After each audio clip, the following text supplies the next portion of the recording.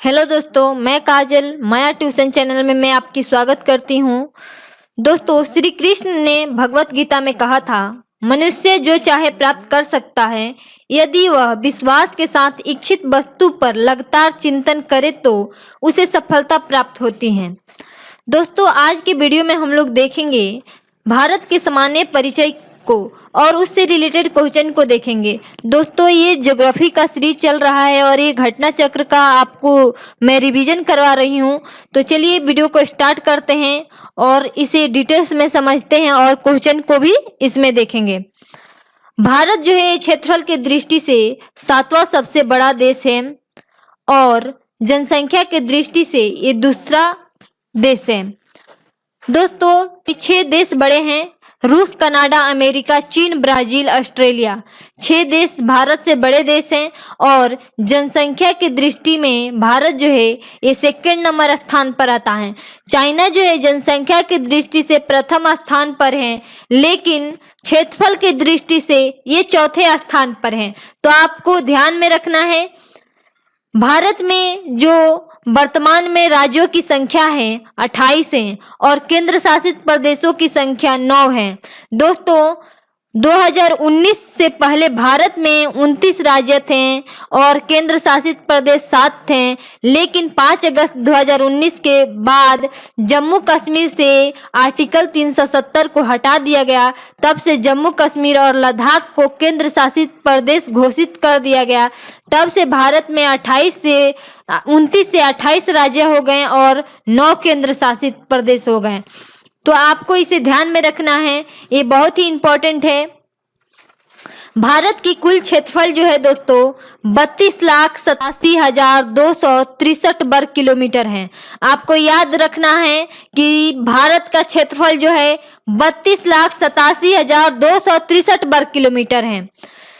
जो भारत का कुल क्षेत्रफल है विश्व के 2.4% स्थान घेरा हुआ है। आपको इसे ध्यान में रखना है। और भारत की जो जनसंख्या है दोस्तों, भारत में 17.5% जो जनसंख्या है निवास करती हैं। भारत में केवल 17.5% जनसंख्या निवास करती हैं और यह जो आंकड़ा है ये जनगणना 2011 के अनुसार है। तो आपको इसे ध्यान में रखना है।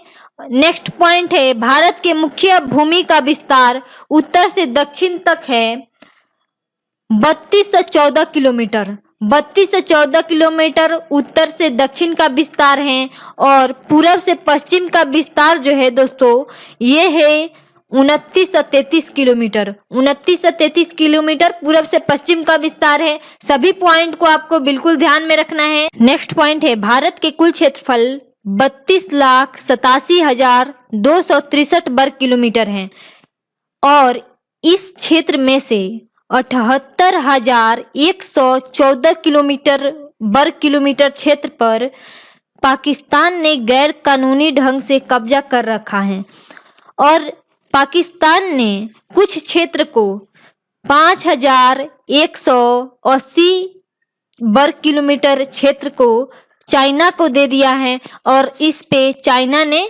कब्जा कर रखा है, जो कि ये भारत का क्षेत्र है।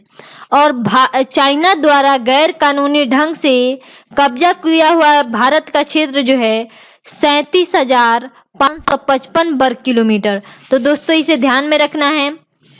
2011 की जनगणना अनुसार भारत में लगभग 6,29,588 गांव थे, जबकि 2011 के जनगणना के अंतिम आंकड़ों के अनुसार गांवों की संख्या 6,40,932 है। तो आपको इसे ध्यान में रखना है। चलिए अब हम लोग कुछ क्वेश्चन को देख लेते हैं। हम लोग जो भारत के सामान्य परिचय देखे इसी से रिलेटेड जो है भारत के सामान्य परिचय से ही यहाँ पर क्वेश्चन दिया गया है, उसे भी हम लोग देखते हैं। निम्नलिखित कथन में से कौन सा भारत के बारे में सही है? दोस्तों, यहाँ पर कुछ ऑप्शन दिया गया है, आपको बताना है कि ये भारत के संदर्भ में इसमें से कौन सा ऑप्शन सही है। तो दोस्तों, भारत जो है विश्व का 5वां सबसे बड़ा देश है, एकदम गलत है ये। भारत जो है ये विश्व का 7वां सबसे बड़ा देश है और जनसंख्या की दृष्टि से ये दूसरा बड़ा देश है। तो आपको ध्यान में रखना है। नेक्स्ट पॉइंट देखते हैं, इसका नेक्स्ट ऑप्शन है, यह स्थल मंडल के कुल क्षेत्रफल लगभग 2.4% प्रतिशत भाग अधिकृत किया हुआ। तो दोस्तों ये सही है, क्योंकि भारत जो है ये विश्व के 2.4% स्थान जो है घेरा हुआ है। तो आपको इसे ध्यान में रखना है। दोस्तों नेक्स्ट ऑप्शन है हमारा कि जो समूचा भारत है, दोस्तों समूचा भारत जो है उष्ण कटिबंध में स्थित है। तो ये गलत है। भारत जो है पूरी तरह से उष्ण कटिबंध में स्थित नहीं है, बल्कि भारत उपोष्ण कटिबंध में स्थित है। तो आपको इसे ध्यान में रखना है। नेक्स्ट ऑप्शन देखते हैं कि 82.5 डिग्री जो है पूर्वी देशांतर का उपयोग भारतीय मानक समय को निर्धारित करने के लिए किया जाता है। तो दोस्तों ये बात सही है कि जो 82.5 डिग्री पूर्वी देशांतर है, इसका उपयोग भारत के मानक समय के निर्धारित करने के लिए किया जाता है। 82.5 डिग्री पूर्वी देशांतर को भारत का स्टैंडर्ड टाइम माना गया है। तो दोस्तों ऑप्शन जो था, ऑप्शन सेकेंड नंबर और 4 नंबर ऑप्शन सही था, इसलिए इसका आंसर डी होगा। तो चलिए इसका कुछ डिस्क्रिप्शन दिया गया है यहाँ पर, उसका भी एनालिसिस कर लेते हैं। भारत विश्व का 7वां सबसे बड़ा देश है। तो आपको ध्यान में रखना है, संपूर्ण भारत का अक्षांशीय विस्तार जो है दोस्तों 6 डिग्री 45 मिनट से 37 डिग्री 6 मिनट उत्तरी अक्षांश के मध्य है। अगर इसका कन्याकुमारी से विस्तार अगर आप लें तो कहीं पर 8 डिग्री 4 मिनट से 37 डिग्री 6 मिनट उत्तरी अक्षांश के मध्य देता है। तो आपको ध्यान में रखना है। जबकि उष्ण कटिबंध का क्षेत्र जो है 23.5 डिग्री उत्तरी एवं दक्षिणी अक्षांश के मध्य है। दोस्तों यहाँ पर समझने वाली बात है कि जो 23.5 डिग्री उत्तरी अक्षांश है, 23.5 डिग्री उत्तरी अक्षांश को कर्क रेखा कहा जाता है, और जो 23.5 डिग्री दक्षिणी अक्षांश है उसे हम लोग मकर रेखा कहते हैं। तो आपको ध्यान रखना है कि मकर रेखा जो 23.5 डिग्री दक्षिणी अक्षांश है और कर्क रेखा जो है 23.5 डिग्री उत्तरी अक्षांश है, इसके मध्य का जो भाग है, जो इसके मध्य का विस्तार है, उसे ही उष्ण कटिबंधीय क्षेत्र कहते हैं। उष्ण कटिबंधीय क्षेत्र का जो विस्तार है मकर रेखा से लेकर कर्क रेखा के बीच है। तो आपको इसे ध्यान में रखना है। चलिए नेक्स्ट पॉइंट को देखते हैं। भारत स्थल मंडल के कुल क्षेत्रफल का 2.4% स्थान जो है अधिकृत किया हुआ है। तो आपको ध्यान में रखना है। बहुत बार एग्जाम में ये सभी क्वेश्चन को पूछा गया है। जरूरी नहीं है कि हमेशा एक तरह से ही क्वेश्चन को एग्जाम में पूछा जाए, क्वेश्चन को उलट कर भी एग्जाम में पूछा जाता है। तो आपको सभी पॉइंट को ध्यान में रखना है। 82.5 डिग्री जो पूर्वी देशांतर है, इसका उपयोग भारत का मानक समय को निर्धारित करने के लिए किया जाता है। तो इसे ध्यान में रखना है कि 82.5 डिग्री जो पूर्वी देशांतर है ये भारत का स्टैंडर्ड टाइम है, और ये जो है 82.5 डिग्री ये 5 राज्यों से होकर गुजरता है, और ये उत्तर प्रदेश के इलाहाबाद के नैनी से होकर 82.5 डिग्री पूर्वी देशांतर गुजरता है। दोस्तों ये 5 राज्य जो है यूपी है, उसके बाद से छत्तीसगढ़ है, झारखंड है, आंध्र प्रदेश, उड़ीसा, ये 5 राज्य हैं जिससे पूर्वी देशांतर होकर गुजरता है। 82.5 डिग्री पूर्वी देशांतर इन 5 राज्यों से होकर गुजरता है। चलिए नेक्स्ट क्वेश्चन को देखते हैं और इसे समझते हैं। नेक्स्ट क्वेश्चन है, क्षेत्रफल की दृष्टि से भारत विश्व के देशों में कौन सा स्थान है? तो भारत जो है ये क्षेत्रफल के दृष्टि से 7वें स्थान पर है, और जनसंख्या की दृष्टि से ये सेकंड नंबर स्थान पर है। तो आपको ध्यान में रखना है। और चाइना जो है ये क्षेत्रफल की दृष्टि से 4थे नंबर स्थान पर है, और जनसंख्या की दृष्टि से नंबर 1 पर है। तो इसे ध्यान में रखना है। नेक्स्ट क्वेश्चन देखते हैं। भारतवर्ष का आकार में विश्व का स्थान है। भारत जो है ये विश्व का 7वां सबसे बड़ा देश है, आपको ध्यान में रखना है। चलिए नेक्स्ट क्वेश्चन देखते हैं। भारत का क्षेत्रफल संसार के क्षेत्रफल का 2.4% है, परंतु इसकी जो है अब आपको ऑप्शन यहाँ पर देखना है और बताना है कि कौन सा ऑप्शन जो है सही है। तो दोस्तों संपूर्ण भारत की जाति 16% जनसंख्या है, ये गलत है। और भारत में जो कुल जनसंख्या निवास करती हैं 17.5%। तो यहाँ पर ऑप्शन बी सही होगा। 17 पॉइंट ऑलमोस्ट लगभग यहाँ पर जनसंख्या जो है निवास कर। भारत का क्षेत्रफल जो है 32,87,263 वर्ग किलोमीटर है, जो संसार के समस्त क्षेत्रफल का स्थलीय भाग का 2.4% स्थान घेरा हुआ है। नेक्स्ट क्वेश्चन को देखते हैं। नेक्स्ट क्वेश्चन है, भारतवर्ष में लगभग कितने गांव हैं? भारत में गांवों की संख्या बतानी है दोस्तों। तो भारत में गांवों की संख्या जो है ये 2011 की जनगणना के अनुसार 6,40,932 है। लेकिन यहाँ पर जो ऑप्शन दिया गया है, ऑप्शन नंबर ए है कि 5 लाख हैं, 6,30,000 हैं, 8 लाख हैं। तो इसमें से कोई भी ऑप्शन सही नहीं है, तो इसलिए इसका आंसर डी होगा कि इनमें से कोई नहीं। चलिए नेक्स्ट क्वेश्चन को देखते हैं। नेक्स्ट क्वेश्चन है दोस्तों कि निम्नलिखित जोड़े में से कौन सा जोड़ा सही नहीं है? दोस्तों यहाँ पर 4 ऑप्शन दिया गया है, जिसमें से 3 ऑप्शन सही होगा, एक ऑप्शन गलत होगा। तो आपको बताना है कि कौन सा ऑप्शन जो है भारत के संदर्भ में राइट नहीं है। तो भारत का जो कुल क्षेत्रफल है दोस्तों ये 32,87,263 वर्ग किलोमीटर है। तो यहाँ पर दिया हुआ है कि 3.28 मिलियन वर्ग किलोमीटर हैं। तो ये बात तो सही है। और भारत का अक्षांशीय विस्तार जो है दोस्तों 8 डिग्री 4 मिनट उत्तर से 37 डिग्री 6 मिनट उत्तरी अक्षांश के बीच है। तो ये भी ऑप्शन सही है भारत के संदर्भ में। नेक्स्ट ऑप्शन है भारत का रेखीय विस्तार। दोस्तों यहाँ पर देशांतरीय विस्तार की जगह ये रेखीय विस्तार यहाँ पर गलती लिख दिया है। इसका देशांतरीय विस्तार जो है 68 डिग्री 7 मिनट पूर्व से 97 डिग्री 25 मिनट पूर्वी देशांतर के बीच है। तो ये तीनों ऑप्शन तो राइट हैं भारत के संदर्भ में।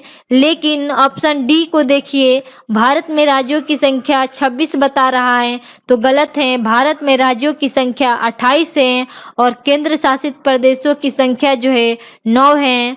तो इसे ध्यान में रखना है। तो दोस्तों चलिए पहले हम लोग देशांतर रेखा के डिफिनेशन को समझ लेते हैं।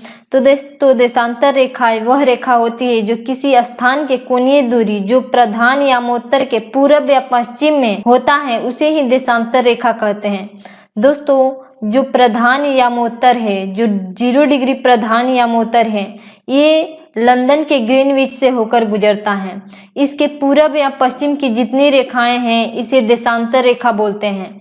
दोस्तों देशांतर रेखाएं जो होती हैं ये समानांतर नहीं होती हैं, बल्कि यह एक ग्रेट सर्कल का निर्माण करती हैं। आप जानते हैं कि जो विषुवत होता है 0 डिग्री अक्षांश होता है, ये पृथ्वी को 2 बराबर भागों में बांटता है। लेकिन सभी देशांतर रेखाएं पृथ्वी को 2 बराबर भागों में बांटती हैं। इसलिए सभी देशांतर रेखाओं जो है ये ग्रेट सर्कल का निर्माण करती हैं। तो इसे आप लोग ध्यान में रखिएगा। 0 डिग्री जो देशांतर है, जो ग्रीनविच रेखा है, ये लंदन के ग्रीनविच से होकर गुजरता है। और दोस्तों जो ये देशांतर रेखाओं के बीच की अधिकतम दूरी जो होती है 111.33 किलोमीटर होता है। इसे ध्यान में रखिएगा। दोस्तों देशांतर रेखाओं की दूरी अलग अलग स्थान पर अलग अलग हो सकती हैं। कहीं कहीं पर यह दूरी 111.32 किलोमीटर दिया रहता है, तो आपको ध्यान में रखना है। दोस्तों ये प्रधान जो ये भूपृष्ठ या उत्तर पूर्वी उत्तरी ध्रुव या दक्षिणी ध्रुव को मिलाने वाला एक काल्पनिक रेखा होता है जो पृथ्वी को 2 बराबर भागों में बांटता है, जिसे प्रधान यामोत्तर कहा जाता है। दोस्तों जो ये 0 डिग्री ग्रीनविच रेखा है, ये उत्तरी ध्रुव और दक्षिणी ध्रुव को मिलाने वाला एक काल्पनिक रेखा है, जिसे जो पृथ्वी को 2 बराबर भागों में बांटता है, ये प्रधान यामोत्तर होता है। तो इसे आप लोग ध्यान में रखिएगा।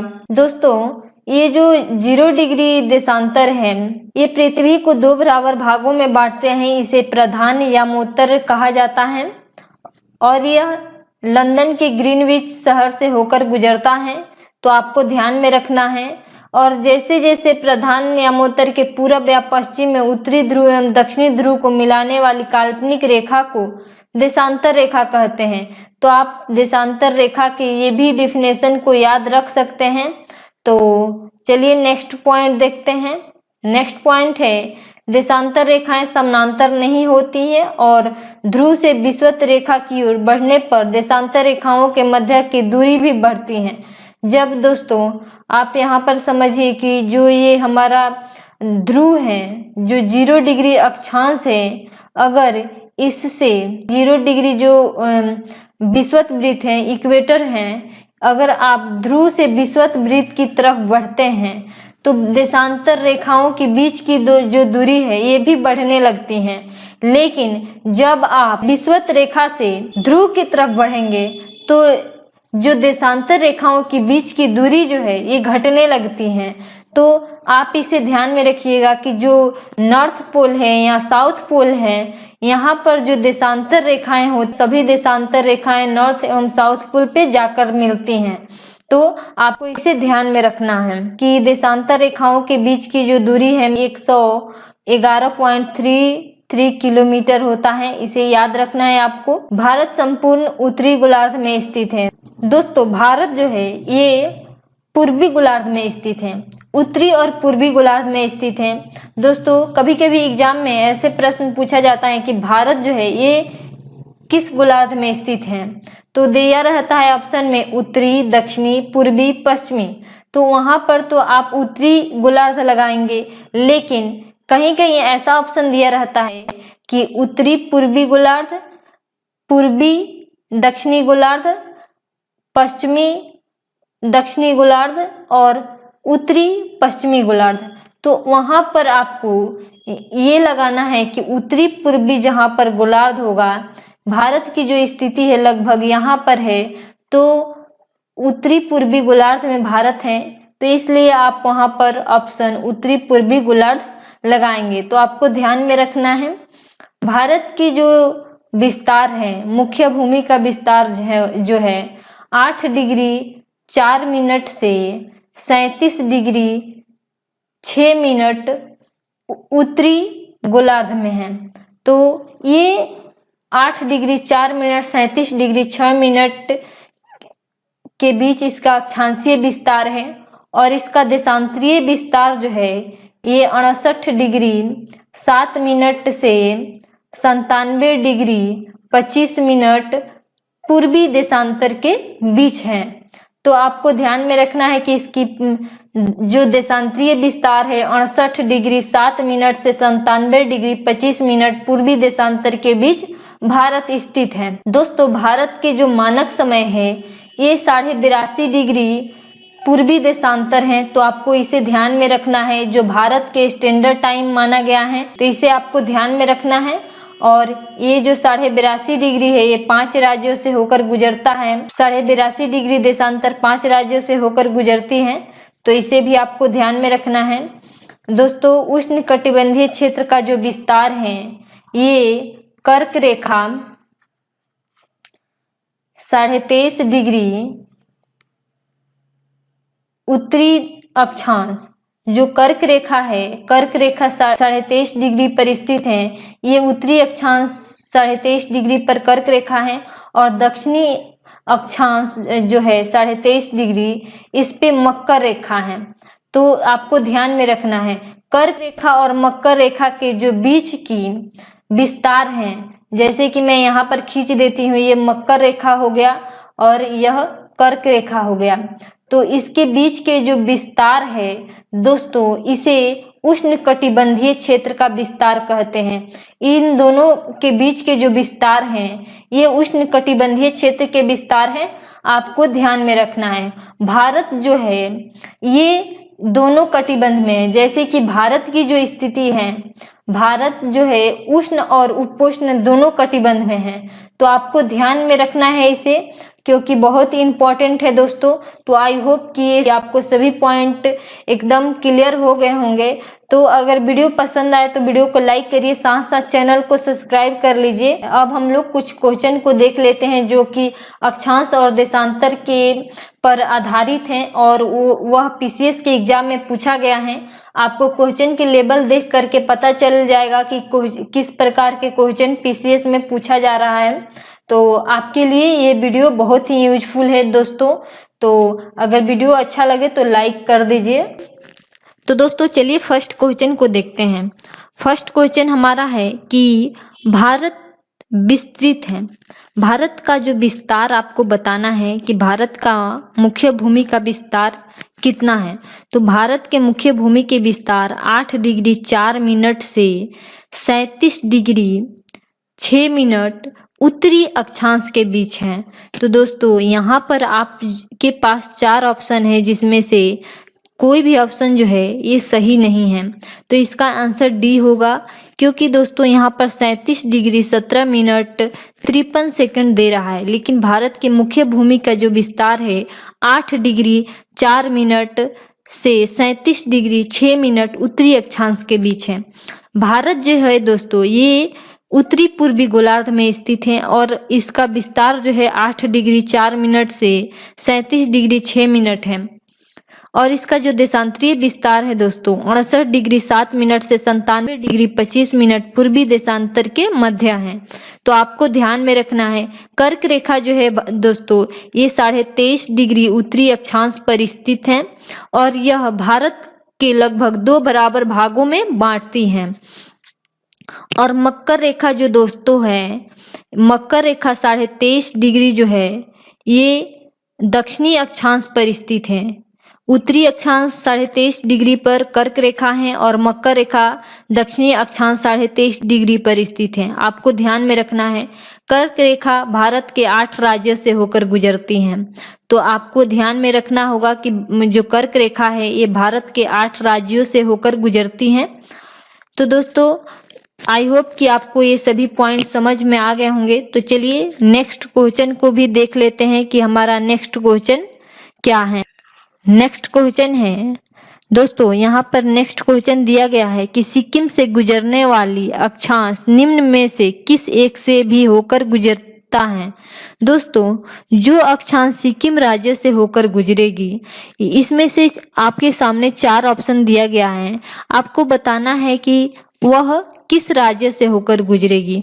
तो दोस्तों जो सिक्किम के सामने जो स्टेट होगा, दोस्तों आप सब तो जानते हैं कि अक्षांश रेखाएं जो है ये इस तरह से खींची जाती हैं और अक्षांश रेखाएं एक दूसरे के समानांतर होती हैं, लेकिन देशांतर रेखाएं जो है ये एक दूसरे के समानांतर नहीं होती हैं और यह ध्रुव की तरफ इसकी जो लंबाई है, बीच की लंबाई है कम होती हैं। देशांतर रेखाओं की ध्रुव की तरफ जो है बीच की लंबाई कम होती है, लेकिन इक्वेटर के जैसे जैसे आप ध्रुव की तरफ से इक्वेटर की तरफ बढ़ेंगे तो देशांतर रेखाओं की बीच की लंबाई भी बढ़ जाती है। तो इसे आपको ध्यान में रखना है और इसे हम लोग मैप पर देख लेते हैं कि सिक्किम का लोकेशन। दोस्तों ऐसे अगर क्वेश्चन आपके एग्जाम में पूछा जाता है तो आपको स्टेट का लोकेशन को ध्यान में रखना है। आपको भारत के मैप पे सभी स्टेट के लोकेशन को ध्यान में रखना है और साथ साथ पड़ोसी देश के भी लोकेशन को ध्यान में रखना है। तो ऐसे क्वेश्चन लॉजिकली आप बना सकते हैं। दोस्तों अब यहाँ पर देख लीजिए, यहाँ जो है सिक्किम है और सिक्किम की राजधानी जो है ये गंगटोक है। तो सिक्किम राज्य जो है और यहाँ पर राजस्थान राज्य है। आप सब देख सकते हैं कि राजस्थान है, राजस्थान की राजधानी जो है ये जयपुर है और ये है कश्मीर, जम्मू कश्मीर है।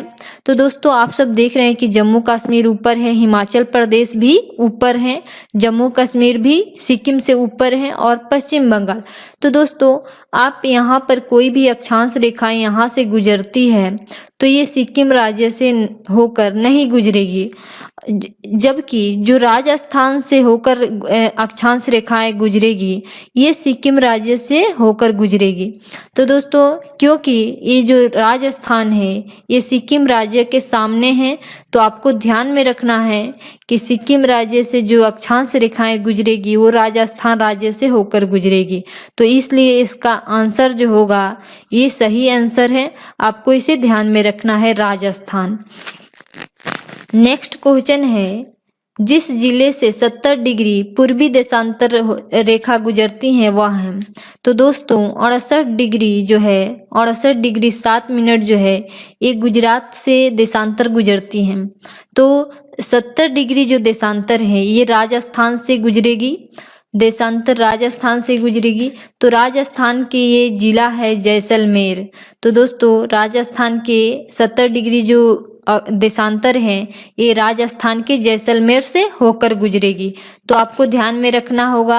आई होप कि आपको ये वीडियो पसंद आई होगी। अगर वीडियो पसंद आई तो वीडियो को लाइक करिए, और आपके लिए थोड़ी सी भी वीडियो यूजफुल है तो वीडियो को लाइक करिए, साथ साथ चैनल को सब्सक्राइब कर लीजिए। तो दोस्तों हम लोग देख रहे थे ज्योग्राफी के घटना चक्र, और आज का हमारा टॉपिक है कर्क रेखा, उप आर्टिक और मकर रेखा और दक्षिणी उपध्रुव को भी इस वीडियो में कवर करेंगे। और जितने भी पीसीएस के एग्जाम में क्वेश्चन पूछे गए हैं उसे भी हम लोग इस वीडियो में कवर करेंगे।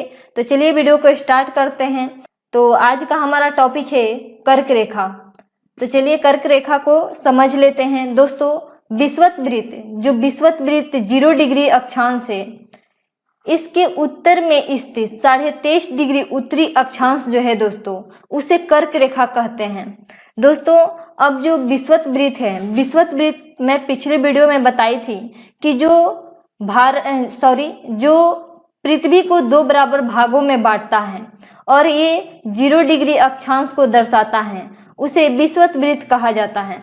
तो दोस्तों आपको ध्यान में रखना है। अगर आपने पिछले वीडियो को नहीं देखा है तो आप जा करके पहले पिछले वीडियो को देख सकते हैं, जिसमें मैं अक्षांश और देशांतर को कवर की थी और उसे डिटेल्स में पढ़ाई थी, और उसके बाद से उससे जितने भी एग्जाम में प्रश्न पूछे गए थे उसे भी कवर की हूँ। तो दोस्तों ये जो कर्क रेखा है, कर्क रेखा भारत को लगभग 2 बराबर भागों में बांटती है, और दोस्तों ये 8 राज्यों से होकर गुजरती हैं। ये राज्य हैं गुजरात, राजस्थान, मध्य प्रदेश, छत्तीसगढ़, झारखंड, पश्चिम बंगाल, त्रिपुरा, मिजोरम। ये 8 राज्य हैं जिससे कि कर्क रेखा होकर गुजरती हैं। दोस्तों जो राजस्थान है यहाँ पर जो कर्क रेखा की लंबाई है सबसे कम पाई जाती है, और सबसे ज़्यादा कर्क रेखा की लंबाई जो है ये मध्य प्रदेश में पाई जाती है, सबसे अधिक। तो आपको ध्यान में रखना है कि सबसे अधिक जो है कर्क रेखा की लंबाई मध्य प्रदेश में पाई जाती है। तो दोस्तों ये 8 राज्य हैं जिसे आप लोग मैप पे देख सकते हैं। अगर आपके पास कोई भी एटलस के बुक है तो उसमें कर्क रेखा के लोकेशन को देखें, क्योंकि जब आप मैप पे देखते हैं तो आप सभी पॉइंट को ध्यान से याद रख सकते हैं। तो दोस्तों ये 8 राज्य हैं, आप सब देख सकते हैं मैप में कि गुजरात। अब यहाँ पर 1-2 पॉइंट है जो कि बहुत ज़्यादा इम्पोर्टेंट है। दोस्तों जो गुजरात की राजधानी है गांधीनगर, ये कर्क रेखा के समीप स्थित है। तो दोस्तों बहुत बार एग्जाम में पूछा गया है कि किस राज्य की राजधानी जो है यह कर्क रेखा के समीप है, तो ये गुजरात की राजधानी है। और मध्य प्रदेश की जो राजधानी भोपाल है दोस्तों ये भी कर्क रेखा के समीप है। लेकिन यहाँ पर 2 पॉइंट बनते हैं कि ये दोनों कर्क रेखा के दक्षिण में स्थित हैं। तो आपको इसे भी ध्यान में रखना है कि ये कर्क रेखा के दक्षिण में स्थित हैं, और जो झारखंड की राजधानी रांची है ये कर्क रेखा पर ही स्थित है। तो इस पॉइंट को भी ध्यान में रखना है। एग्जाम में बहुत बार क्वेश्चन पूछे गए हैं और आने वाले भी एग्जाम में क्वेश्चन पूछे जा सकते हैं, तो इसे आपको ध्यान में रखना है। अगरतला जो है दोस्तों ये त्रिपुरा की राजधानी है और ये भी कर्क रेखा के समीप है, लेकिन यह उत्तर दिशा में है। तो आपको ध्यान में रखना है कि अगर आपके एग्जाम में ऐसा क्वेश्चन पूछता है कि किस राज्य की राजधानी जो है ये कर्क रेखा के समीप है लेकिन उत्तर दिशा में है, तो ये त्रिपुरा की राजधानी अगरतला है। दोस्तों ये सभी पॉइंट जो है काफ़ी ज़्यादा इम्पोर्टेंट है, तो आपको इसे ध्यान में रखना है।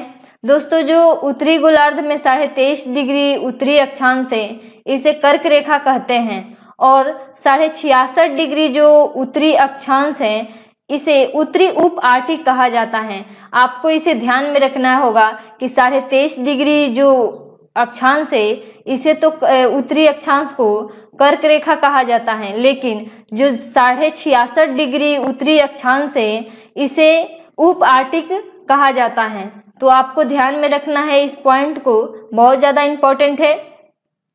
और जो 23.5 डिग्री दक्षिणी अक्षांश है दोस्तों, इसे दक्षिणी अक्षांश है इसे मकर रेखा कहा जाता है। आपको ध्यान में रखना है कि 23.5 डिग्री जो दक्षिणी अक्षांश है इसे मकर रेखा कहा जाता है, और 66.5 डिग्री जो दक्षिणी अक्षांश है इसे उप ध्रुव वृत्त कहा जाता है। तो ये सभी पॉइंट जो है काफ़ी ज़्यादा इम्पोर्टेंट है, आपको याद रखना है। और दोस्तों जो कर्क रेखा और मकर रेखा के बीच का जो विस्तार है उसे उष्णकटिबंधीय विस्तार कहते हैं। इसे उष्णकटिबंधीय विस्तार कहते हैं दोस्तों। 23.5 डिग्री उत्तरी अक्षांश जो कर्क रेखा है और 23.5 डिग्री दक्षिणी अक्षांश जो कि मकर रेखा है, इन दोनों के बीच के जो विस्तार हैं दोस्तों, इसे उष्णकटिबंधीय क्षेत्र का विस्तार कहा जाता है। तो ये सभी पॉइंट को आपको ध्यान में रखना है। चलिए हम लोग नेक्स्ट पॉइंट को देखते हैं। नेक्स्ट पॉइंट है, आप लोग मैप पे इसे अच्छा से समझ लीजिएगा और मैप पे सभी पॉइंट को जो कि मैं आपको अभी एक्सप्लेन की हूँ उसे सभी पॉइंट को ध्यान में रखना है और आपको मैप पे उसे देखना है।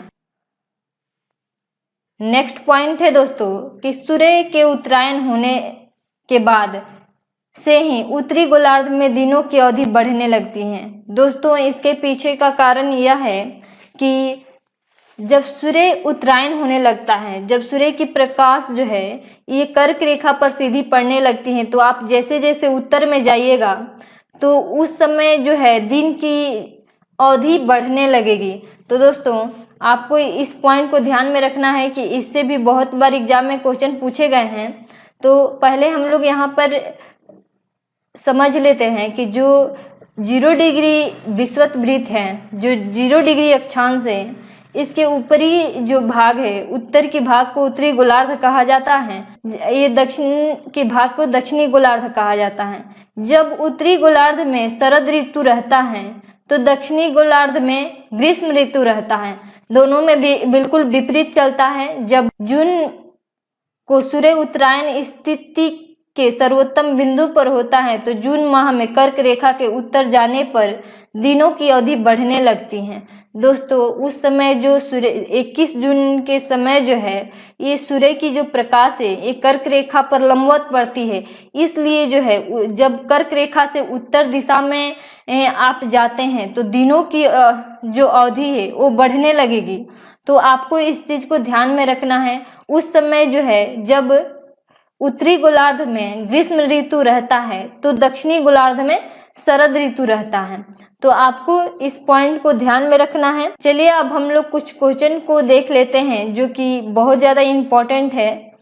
कर्क रेखा किस राज्य से होकर गुजरती है? दोस्तों यहाँ पर आपके पास 4 ऑप्शन दिया गया है, इसमें आपको राइट आंसर बताना है। दोस्तों ये 1990 में पूछा गया क्वेश्चन है यूपीपीसीएस में। तो दोस्तों बिहार और झारखंड जो है ये 2000 में ये अलग हुए हैं। 15 नवंबर 2000 को बिहार से झारखंड अलग हुआ था। तो आपको बतानी है, तो उस समय के हिसाब से आंसर होगा जो बी होगा, क्योंकि झारखंड में जो है यहाँ से कर्क रेखा होकर गुजरती है और पहले बिहार और झारखंड एक ही थे, तो इसलिए उस समय के हिसाब से आंसर बी होगा। लेकिन प्रेजेंट में अगर देखें तो इसमें से कोई ऑप्शन राइट नहीं है। तो दोस्तों चलिए यहाँ पर कुछ डिस्क्रिप्शन दिया गया है, उसका भी एनालिसिस कर लेते हैं। कर्क रेखा पर पड़ने वाली भारत के राज्य जो कुल 8 राज्य हैं, जो कर्क रेखा 8 राज्यों से होकर गुजरती हैं, गुजरात, राजस्थान, मध्य प्रदेश, छत्तीसगढ़, झारखंड, पश्चिम बंगाल, त्रिपुरा और मिजोरम।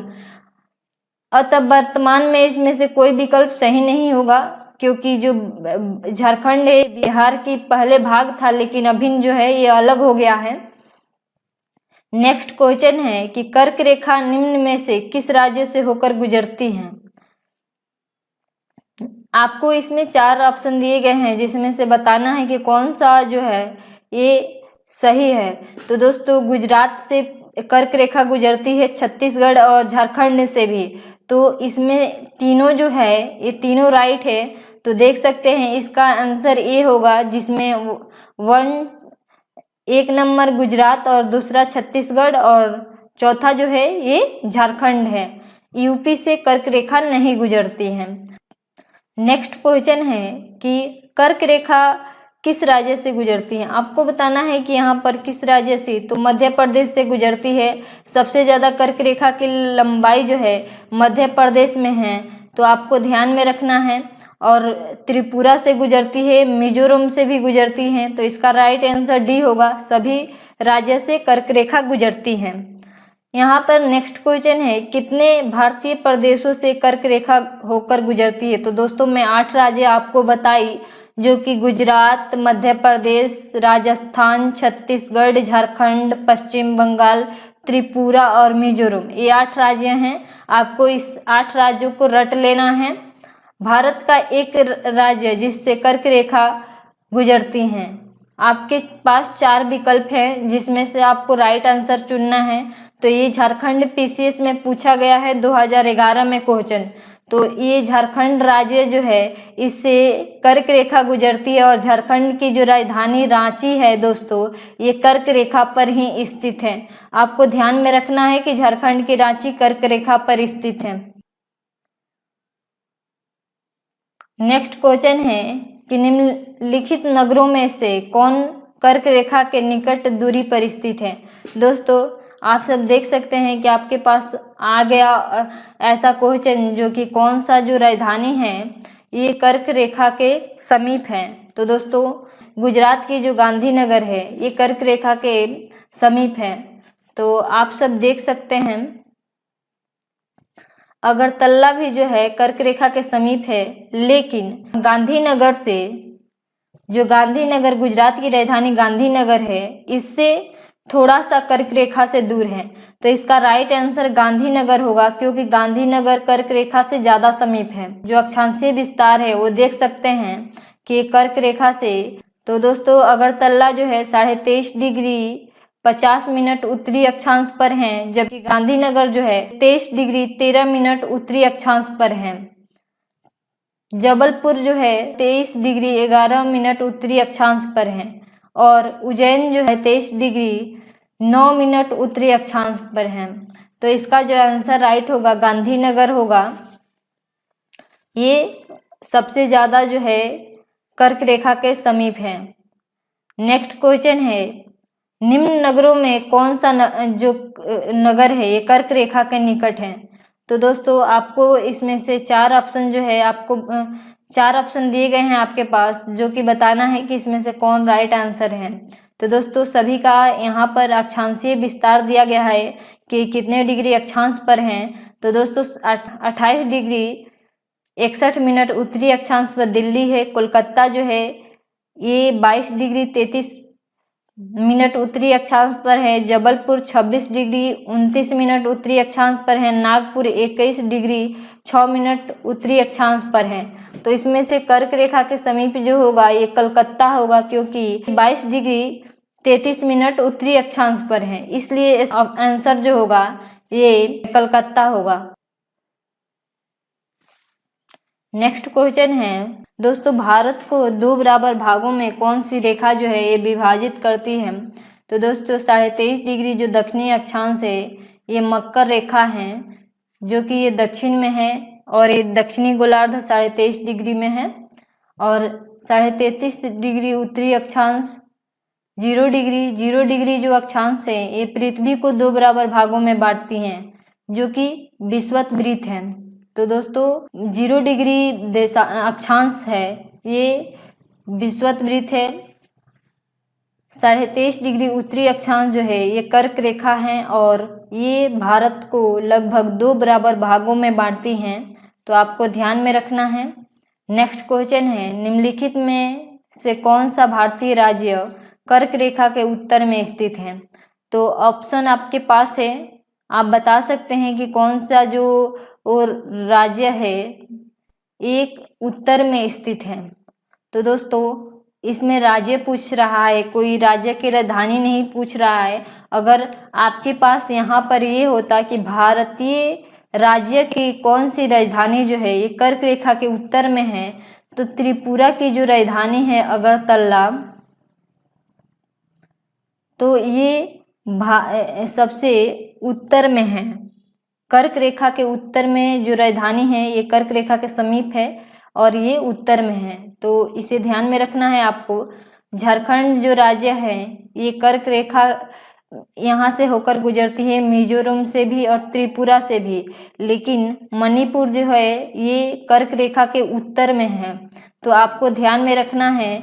आपको चलिए मैं मैप पे ले जाती हूँ और वहाँ पर दिखाती हूँ कि ये मणिपुर का लोकेशन।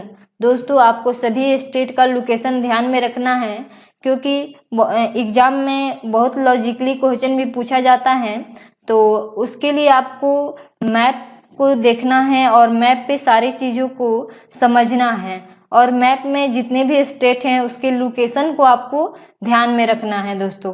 तो दोस्तों आप सब देख सकते हैं यहाँ पर कि जो त्रिपुरा है, त्रिपुरा से गुजरती है और मिजोरम से, लेकिन इसमें से राज्य पूछ रहा है कि जो कर्क रेखा के उत्तर में है, तो वहाँ पर ऑप्शन में था मणिपुर। दोस्तों मिजोरम के बाद यहाँ मणिपुर है। अगर ऑप्शन यहाँ पर बिहार भी देता तो ये भी उत्तर में आता, अगर उत्तर प्रदेश देता या स्टेट का नाम देता जो कि उत्तर में है, तो वो ऑप्शन आपका राइट होता।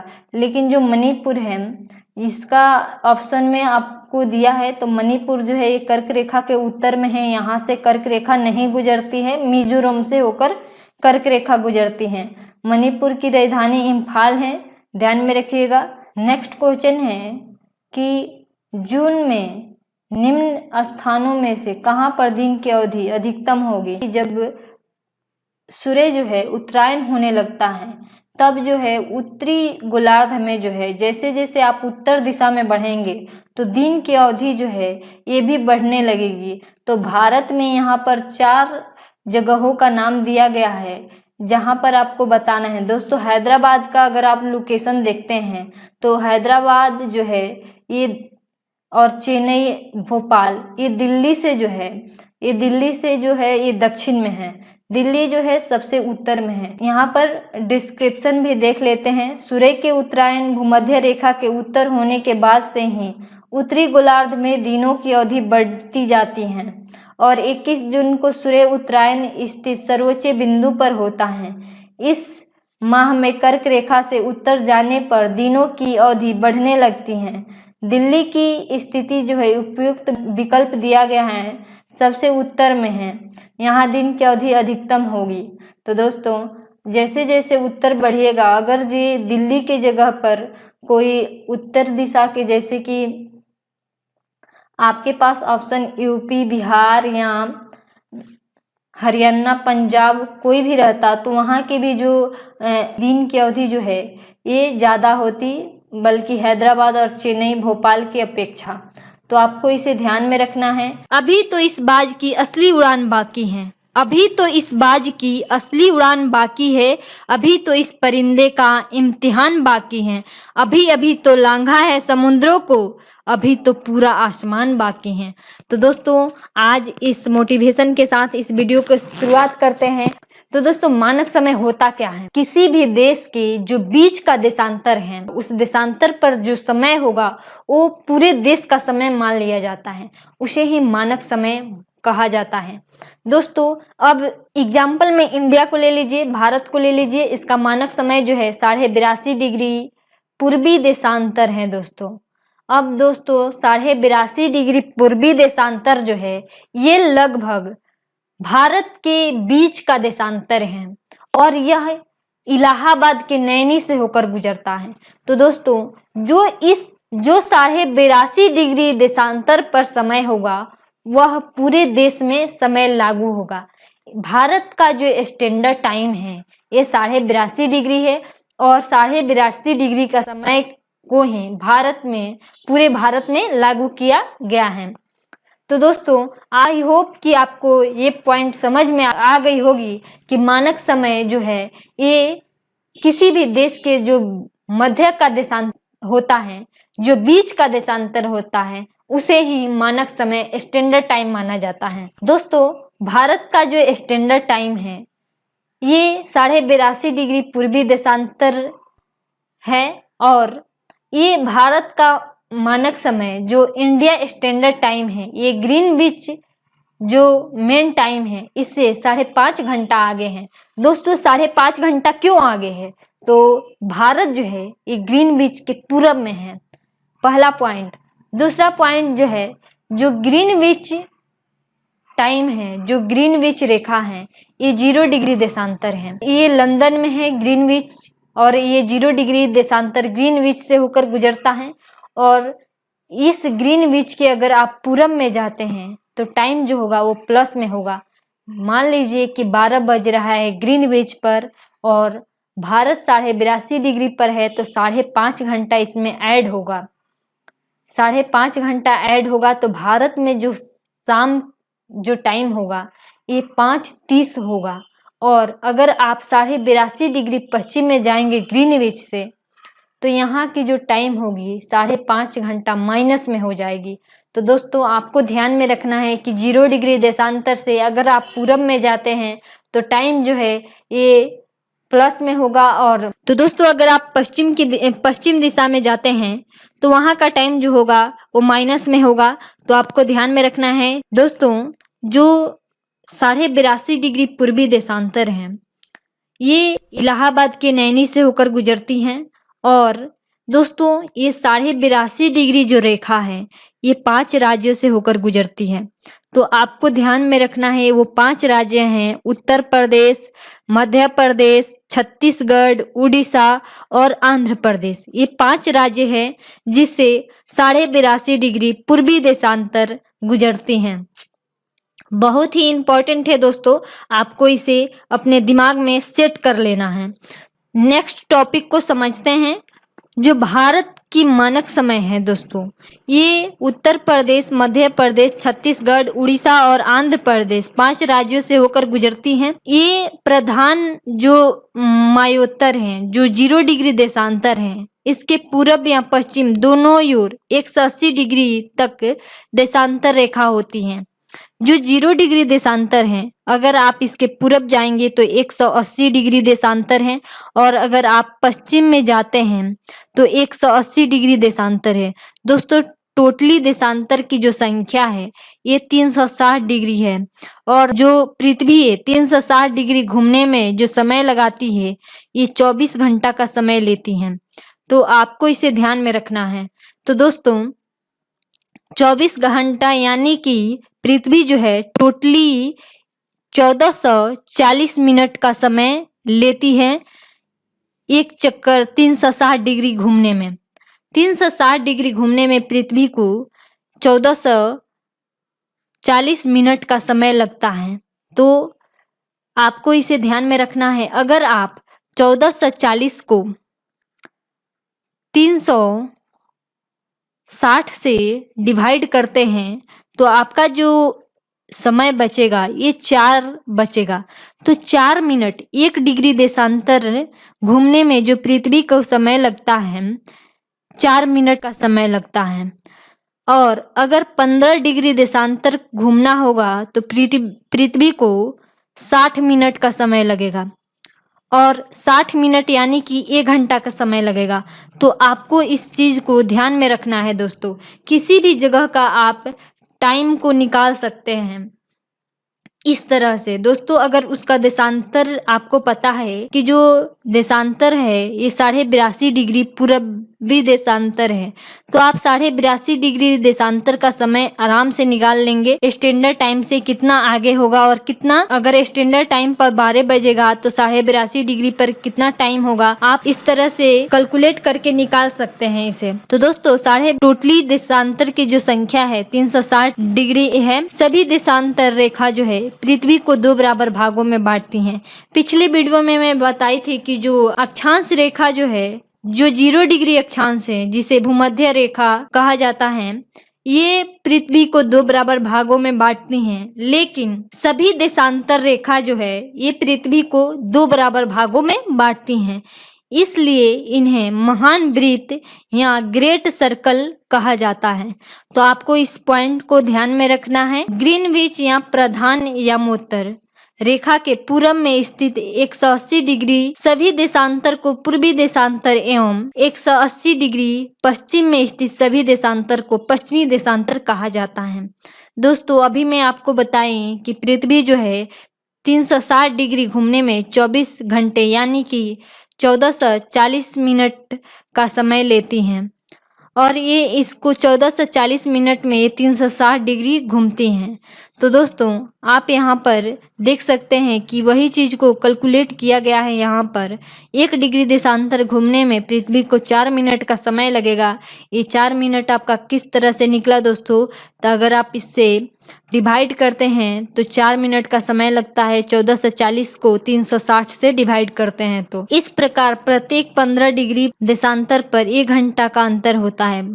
तो दोस्तों 15 डिग्री देशांतर पर 1 घंटा का अंतर होता है, आपको इसे ध्यान में रखना है। नेक्स्ट टॉपिक है हमारा कि सूर्य पूरब में उदित होता है, यानी कि सूर्य जो है ये पूरब में उगता है और सूर्योदय पूरब दिशा में होता है, लेकिन जो पृथ्वी है ये पश्चिम से पूरब की ओर अपनी धुरी पर घूमती है। दोस्तों 0 डिग्री जो प्रधान यमोत्तर है ये पूरब, इससे अगर आप पूरब की ओर जाते हैं तो समय आगे होगा, पश्चिम की ओर जाने पर समय जो है ये पीछे रहता है।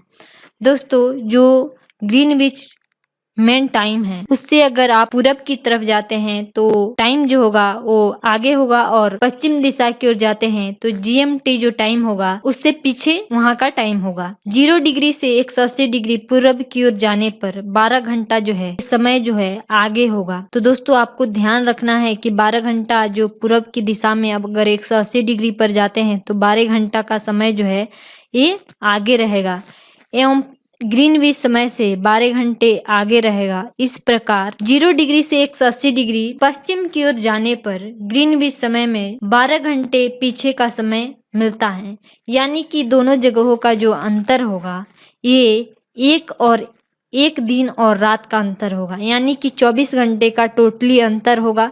यानी कि पूरब में 180 डिग्री और पश्चिम में 180 डिग्री देशांतर में कुल जो है 24 घंटे अर्थात दिन रात का अंतर पाया जाता है। इस पॉइंट को आपको ध्यान में रखना है। भूपृष्ठ पर 180 डिग्री पूर्वी एवं पश्चिमी यमोत्तर के लगभग साथ स्थल खंडों को छोड़ते हुए निर्धारित की गई काल्पनिक रेखा अंतर्राष्ट्रीय तिथि रेखा इंटरनेशनल डेटलाइन कही जाती है। दोस्तों यहाँ पर एक पॉइंट को आपको समझना है जो कि काफ़ी ज़्यादा इम्पोर्टेंट है। दोस्तों इंटरनेशनल डेटलाइन जो है ये इसका निर्धारण जो है 180 डिग्री देशांतर पर किया गया है। दोस्तों जो इंटरनेशनल डेटलाइन है ये एक टेढ़ी मेढ़ी खींची गई रेखा है। दोस्तों इंटरनेशनल डेटलाइन जो है इससे टेढ़ा मेढ़ा इसलिए खींचा गया है क्योंकि अगर इसे सीधा खींचा जाता तो बहुत सारे देश जो हैं ये एक दूसरे से अलग हो जाते हैं। तो दोस्तों इसलिए इस इंटरनेशनल डेटलाइन को टेढ़ा मेढ़ा खींचा गया है और ये 180 डिग्री देशांतर पर हैं।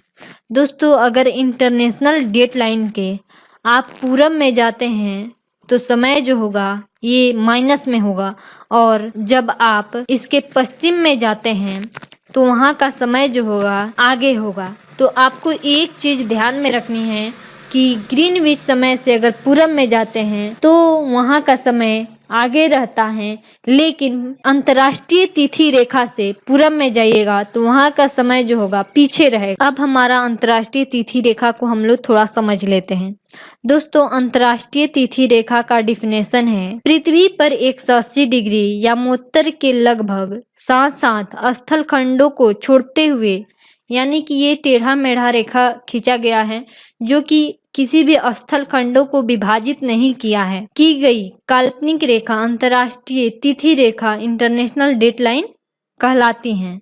दोस्तों ये जो अंतर्राष्ट्रीय डेडलाइन है ये टेढ़ी मेढ़ी खींची गई है, इसे ध्यान में रखना है आपको। अंतर्राष्ट्रीय तिथि रेखा के पूरब या पश्चिम में एक दिन का अंतर पाया जाता है। जो इंटरनेशनल डेडलाइन है इसके पूरब या पश्चिम में एक दिन का अंतर पाया जाता है, अतः इसे पार करते समय एक दिन बढ़ाया या घटाया जा सकता है।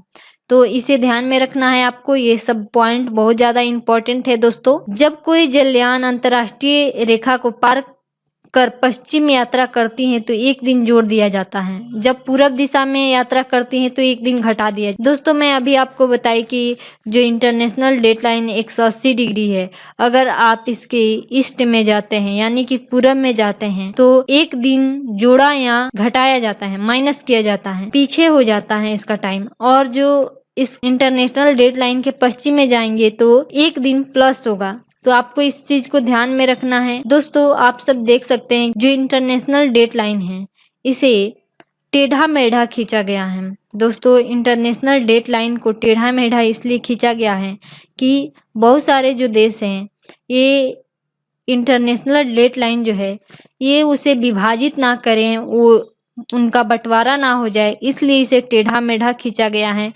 और यह एक काल्पनिक रेखा है, तो आपको इसे ध्यान में रखना है, जो कि 180 डिग्री है। और इसके पूरब में जाने पर टाइम जो होगा पीछे हो जाएगा और पश्चिम में जाने पर टाइम जो होगा ये प्लस में होगा यानी कि आगे होगा। आपको इस पॉइंट को ध्यान में रखना है, काफी ज्यादा इम्पोर्टेंट है। तो हम लोग कुछ इम्पोर्टेंट क्वेश्चन को देख लेते हैं जो कि आपके एग्जाम के पॉइंट ऑफ व्यू से बहुत ज्यादा इम्पोर्टेंट है।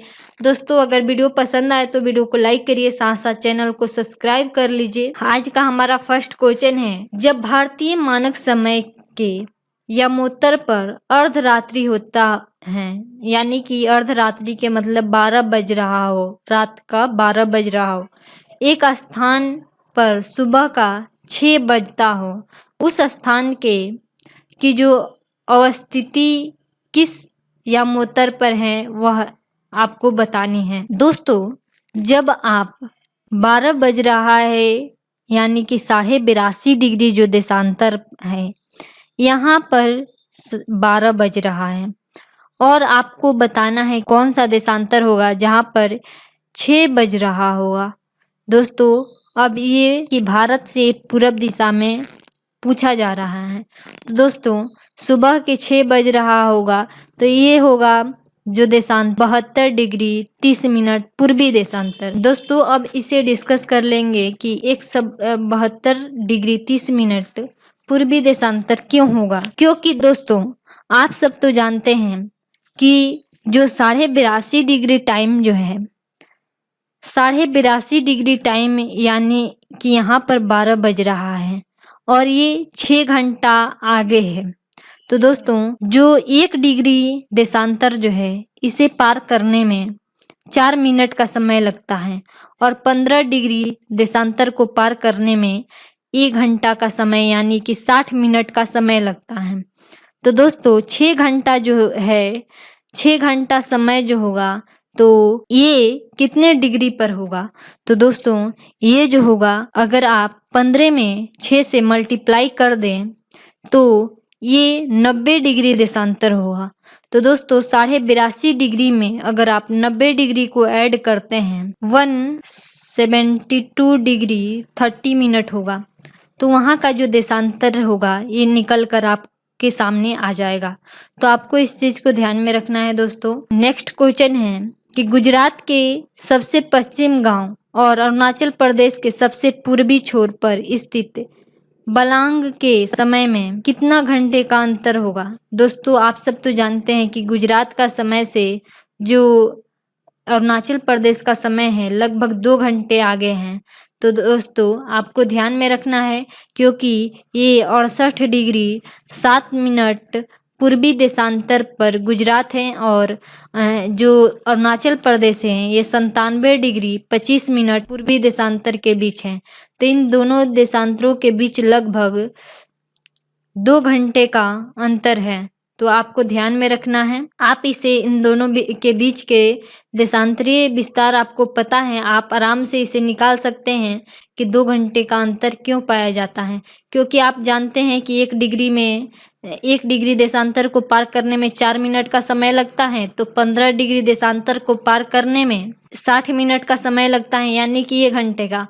तो अगर आप 97 डिग्री 25 मिनट में से आप 68 डिग्री 7 मिनट को माइनस करिएगा और जितना डिग्री देशांतर अगर आपके बचता है उतना डिग्री देशांतर में 4 से मल्टीप्लाई कर दीजिए, तो आपका टाइम निकल जाएगा। नेक्स्ट क्वेश्चन को देखते हैं। तो दोस्तों, मैं जो वहाँ पर एक्सप्लेन की थी, यहाँ पर वही इसका डिस्क्रिप्शन में दिया गया है। आप लोग स्क्रीनशॉट इसका लेकर के आप इसे समझ सकते हैं कि जो अरुणाचल प्रदेश का टाइम होगा ये लगभग 2 घंटे क्यों आगे होगा। तो चलिए हम लोग नेक्स्ट क्वेश्चन को देखते हैं। दोस्तों, जबलपुर की देशांतर रेखा इंदौर एवं भोपाल की देशांतर रेखा के बीच है। दोस्तों, जो जबलपुर की देशांतर रेखा है ये इंदौर और भोपाल के मध्य में है, मतलब कि इन दोनों के बीच के देशांतर हैं। औरंगाबाद का अक्षांश बड़ोदरा एवं पुणे के अक्षांश के बीच है। जो औरंगाबाद का अक्षांश है, जितना डिग्री औरंगाबाद जो अक्षांश है ये बड़ोदरा और पुणे के बीच में है। बेंगलुरु की अवस्थिति चेन्नई की तुलना में अधिक दक्षिणवर्ती है। चलिए इसका डिस्क्रिप्शन देख लेते हैं। ये दोनों तो आंसर राइट है दोस्तों, और ये आंसर गलत है, तो इसका जो ऑप्शन होगा सी होगा। चलिए हम लोग इसका डिस्क्रिप्शन देख लेते हैं और उसे समझ लेते हैं कि ये क्यों जो है ये आंसर राइट होगा। तो दोस्तों, डिस्क्रिप्शन है इसका कि जबलपुर जो है ये 23 डिग्री 11 मिनट नॉर्थ में और जो नॉर्थ से 79 डिग्री 95 मिनट ईस्ट है। और इंदौर का जो टाइम है दोस्तों ये 23 डिग्री नॉर्थ से 76 डिग्री ईस्ट है। और भोपाल का जो टाइम है दोस्तों ये 23 डिग्री 25 मिनट से नॉर्थ से 77 डिग्री 42 ईस्ट है। तो दोस्तों, ये जो है इन दोनों के बीच में नहीं होगा, इंदौर और भोपाल के बीच में जबलपुर नहीं होगा। दोस्तों, आप सब मिला सकते हैं कि जो इसका टाइम जो है इसका जो अक्षांशीय और देशांतरीय विस्तार को आप लोग देख सकते हैं। नेक्स्ट क्वेश्चन है कि निम्नलिखित में से कौन सा शहर भारतीय मानक समय यानी कि इंडिया स्टैंडर्ड टाइम देशांतर के निकट है? तो ये रीवान है। चलिए देख लेते हैं इसका डिस्क्रिप्शन भी। दोस्तों, डिस्क्रिप्शन है दोस्तों कि रीवान जो है ये 81 डिग्री 19 मिनट पूर्वी देशांतर है। सागर जो है 78 डिग्री 50 मिनट पूर्वी देशांतर के बीच है। उज्जैन जो है 75 डिग्री 43 मिनट पूर्वी देशांतर के बीच है। और होशंगाबाद जो है ये 77.45 डिग्री पूर्वी देशांतर है। 81.19 डिग्री जो पूर्वी देशांतर है।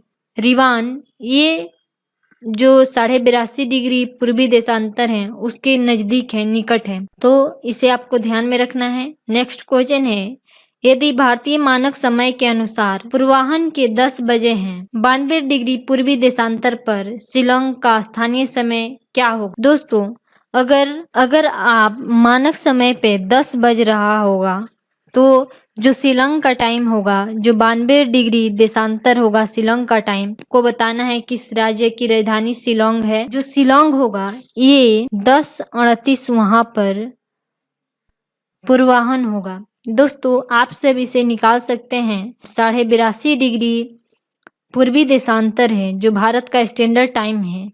इससे अगर आप माइनस करते हैं 92 डिग्री देशांतर 92 डिग्री ये 9 डिग्री 30 मिनट होगा। तो 9 डिग्री 30 मिनट यानी कि 1 डिग्री में 4 मिनट का समय लगता है। तो दोस्तों, 9 में कितना समय लगेगा? तो यहाँ पर जो टाइम हो जाएगा 38 मिनट लगेगा 9 डिग्री 30 मिनट पर। तो आपको ध्यान में रखना है इस चीज को, आप इसे इजीली निकाल सकते हैं। चलिए नेक्स्ट क्वेश्चन है, यदि भारतीय मानक समय यामोत्तर पर मध्याह्न है तो 120 डिग्री पूर्वी देशांतर पर स्थानीय समय क्या होगा? तो आपको बताना है कि जब मान लीजिए कि 82.5 डिग्री पूर्वी देशांतर पर 12 बज रहा है, तो 120 डिग्री देशांतर पर टाइम क्या होगा। अगर आप इसमें से 120 डिग्री में से अगर 82.5 डिग्री को माइनस करते हैं तो आपका पास जो देशांतर विस्तार आएगा 37 डिग्री 30 मिनट होगा। तो दोस्तों 37 डिग्री 30 मिनट पर कितना टाइम होगा। अब 37 डिग्री में अगर आप 37 डिग्री 30 मिनट में 4 से मल्टीप्लाई करेंगे तो आपका हो जाएगा 150। तो दोस्तों 150 मिनट होगा, यानी कि दोस्तों 2 घंटा 30 मिनट का टाइम जो होगा ये 2 घंटा 30 मिनट का अंतर होगा। 12 बज रहा है अगर 82.5 डिग्री देशांतर पर, तो वहाँ का टाइम जो होगा 14:30 होगा। तो आपको ध्यान में रखना है कि 2:30 बजेगा, वहाँ पर दिन के 2:30 बजेंगे। नेक्स्ट क्वेश्चन को देखते हैं दोस्तों। नेक्स्ट क्वेश्चन है भारतीय मानक समय का मायोत्तर नहीं गुजरता है। दोस्तों आपको इसमें से बताना है कि किस राज्य में भारतीय जो देशांतर है, जो बीच का देशांतर है, ये किस राज्य से होकर नहीं गुजरती है। तो आंध्र प्रदेश से गुजरती है, छत्तीसगढ़ से भी गुजरती है, उत्तर प्रदेश से भी गुजरती हैं, लेकिन महाराष्ट्र से नहीं गुजरती हैं। तो इसका आंसर जो होगा ये महाराष्ट्र होगा। दोस्तों आप लोग जानते हैं कि उत्तर प्रदेश, मध्य प्रदेश, छत्तीसगढ़, उड़ीसा और आंध्र प्रदेश से होकर के 5 राज्यों से होकर के भारत की मानक समय 82.5 डिग्री देशांतर गुजरती हैं। आपको इसे याद रखना है। नेक्स्ट क्वेश्चन देख लेते हैं। नेक्स्ट क्वेश्चन है भारतीय मानक समय जो है, मानक समय का देशांतर रेखा 82.5 डिग्री किस नगर से होकर गुजरता है। तो दोस्तों ये इलाहाबाद के नैनी से होकर गुजरता है, आपको इसे ध्यान में रखना है। नेक्स्ट क्वेश्चन को देख लेते हैं। नेक्स्ट क्वेश्चन क्या है, निम्नलिखित देशांतरों में से कौन सा भारत का प्रमाणिक मध्याह्न रेखा कहलाता है। 82.5 डिग्री आपको देखना है कि कौन सा देशांतर जो है ये बीच का रेखा है, 82.5 डिग्री देशांतर। तो आपको ध्यान में रखना है और ये 5 राज्य से होकर गुजरता है दोस्तों। नेक्स्ट क्वेश्चन देखते हैं। नेक्स्ट क्वेश्चन है भारत मानक समय जो इंडिया स्टैंडर्ड टाइम है, निम्नलिखित स्थानों में से किसके समीप से लिया जाता है। तो इलाहाबाद के नैनी से लिया गया है 82.5 डिग्री देशांतर को। नेक्स्ट क्वेश्चन को देख लेते हैं दोस्तों। नेक्स्ट क्वेश्चन है कि भारतीय मानक समय एवं ग्रीनविच मध्य समय में अंतर पाया जाता है। तो 5.5 घंटा के दोस्तों मैं आपको अच्छा से एक्सप्लेन की हूँ कि 5.5 घंटा क्यों आगे है दोस्तों। तो कभी भी आपको याद रखना है कि जो वो GMT टाइम है उससे इंडिया का जो टाइम है ये 5.5 घंटा आगे है दोस्तों। बहुत ही इंपॉर्टेंट क्वेश्चन है, आप सब देख सकते हैं कि BPSC में, झारखंड PCS में ये क्वेश्चन पूछा गया है। तो दोस्तों आपको इसे ध्यान में रखना है, काफ़ी ज़्यादा इंपॉर्टेंट क्वेश्चन है। तो दोस्तों अगर वीडियो पसंद आई हो तो वीडियो को लाइक करिए, साथ साथ चैनल को सब्सक्राइब कर लीजिए। Thank you for watching this video. फिर मिलते हैं नेक्स्ट वीडियो में।